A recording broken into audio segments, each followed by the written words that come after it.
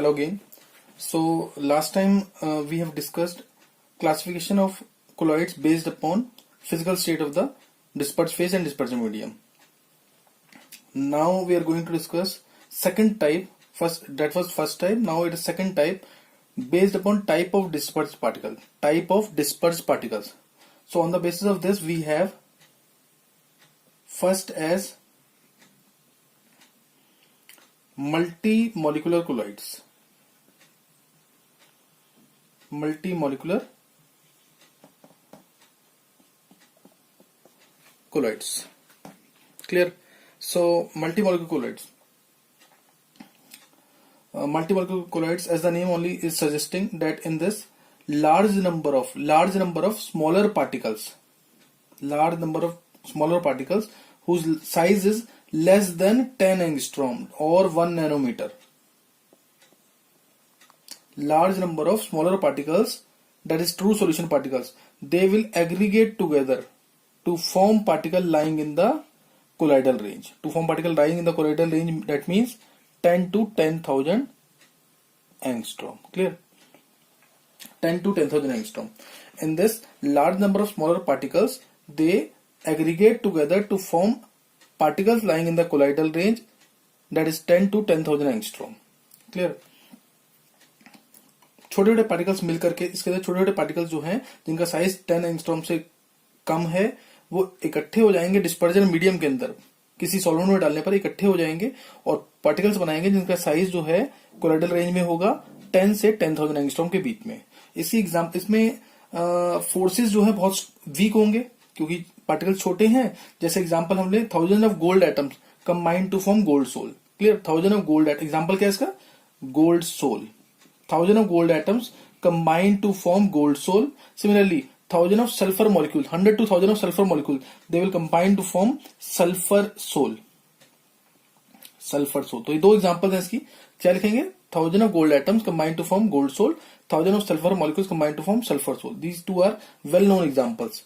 तो इसमें जो फोर्सेस हैं, क्योंकि पार्टिकल का साइज बहुत छोटा है तो फोर्सेस वीक होंगे. पॉइंट क्या है? वीक वर्नल फोर्सेस होंगे इसके अंदर. मॉलिक्यूलर मास भी इनका क्या होगा? कम होगा. Low molecular mass, they will be having less molecular mass and weak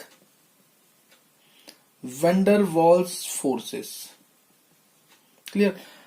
Low molecular mass and weak van der Waals forces. और generally they are lyophilic in nature. कौन से नेचर के होते हैं? Lyophilic नेचर के होंगे.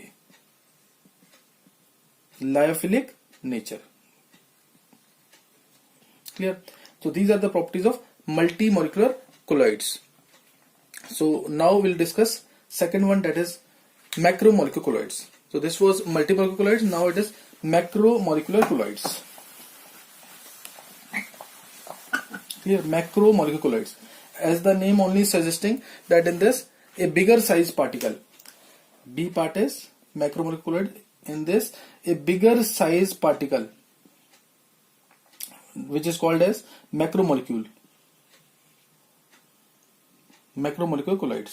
Bigger size particle will dissociate in dispersion medium to form particles lying in the colloidal range. To form particles lying in the colloidal range. एक बड़ा सा पार्टिकल है, ये कोई भी हो सकता है, जैसे प्रोटीन हो गया, स्टार्च हो गया, या कोई भी कार्बोहाइड्रेट या सेलुलोज कह सकते हैं. और आर्टिफिशियल में हम बोलेंगे तो नाइलॉन हो सकते हैं, नाइलॉन्स हो सकते हैं इसके अंदर. तो कोई भी एक बड़ा molecule, that is macro molecule, इसको हम जैसे ही डिस्पर्जन मीडियम में डिसॉल्व करेंगे तो ये डिसइंटीग्रेट करके, ये टूट करके छोटे पार्टिकल बना देगा, जिसकी रेंज क्या होगी? Colloidal particle. 10 से 10,000 एंगस्ट्रॉम की रेंज में आ जाएगा. ये पेपर में जरूर लिख के आना है. To form particle lying in the colloidal range. Multimolecular में क्या था? छोटे पार्टिकल्स कंबाइन करके पार्टिकल बनाएंगे lying in the colloidal range. इसमें क्या है? बड़ा पार्टिकल टूट करके कन्वर्ट होगा किसमें? कोलोइडल रेंज के अंदर कन्वर्ट होगा.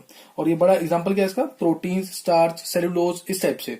कोई भी कार्बोहाइड्रेट ले सकते हैं, न्यूक्लिक एसिड्स ले सकते हैं, एंजाइम्स ले सकते हैं, ये सारे इसी एग्जांपल्स में आएंगे. अब ये बड़ा मॉलिक्यूल है तो इससे फोर्सेस इसके अंदर क्या होंगे? स्ट्रॉन्ग होंगे.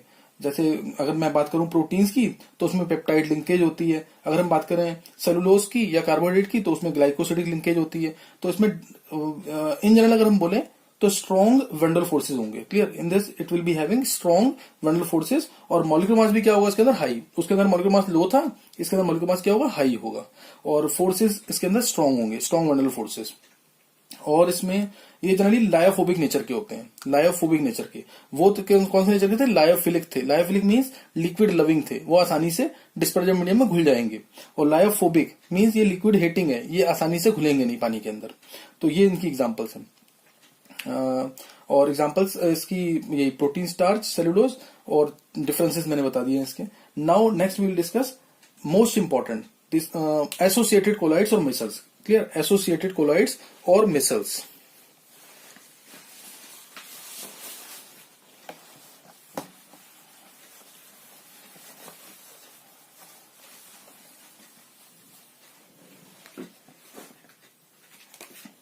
Associate, third most important, associated colloids और मिसल्स। क्लियर, एसोसिएटेड कोलाइड्स और micelle, this is most important. So in this associated colloids or missiles, and this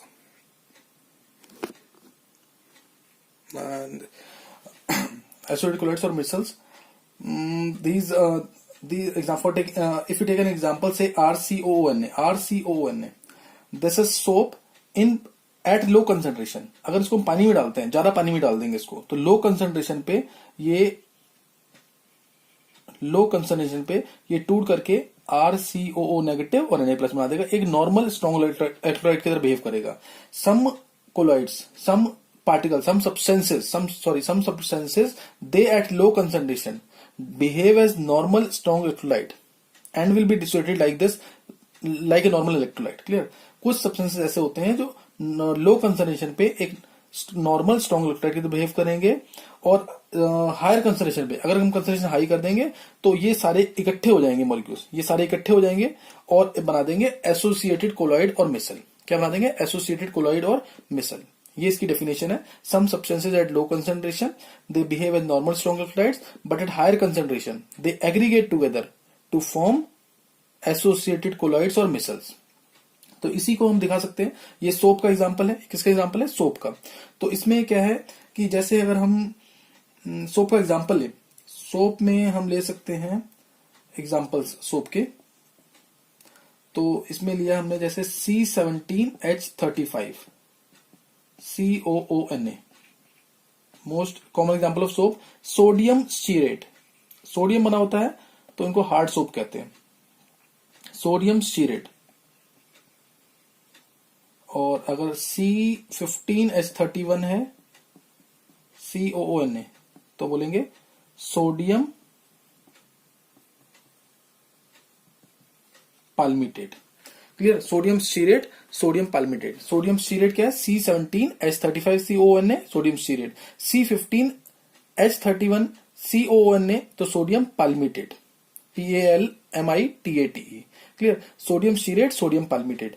तो स्टीरेट मतलब 17 और पाल्मिटेट मतलब 15। स्टीरेट STE 17 याद रख सकते हैं और पाल्मिटेट मतलब 15 याद रख सकते हैं। और एक और होता है सोडियम ओलिएट,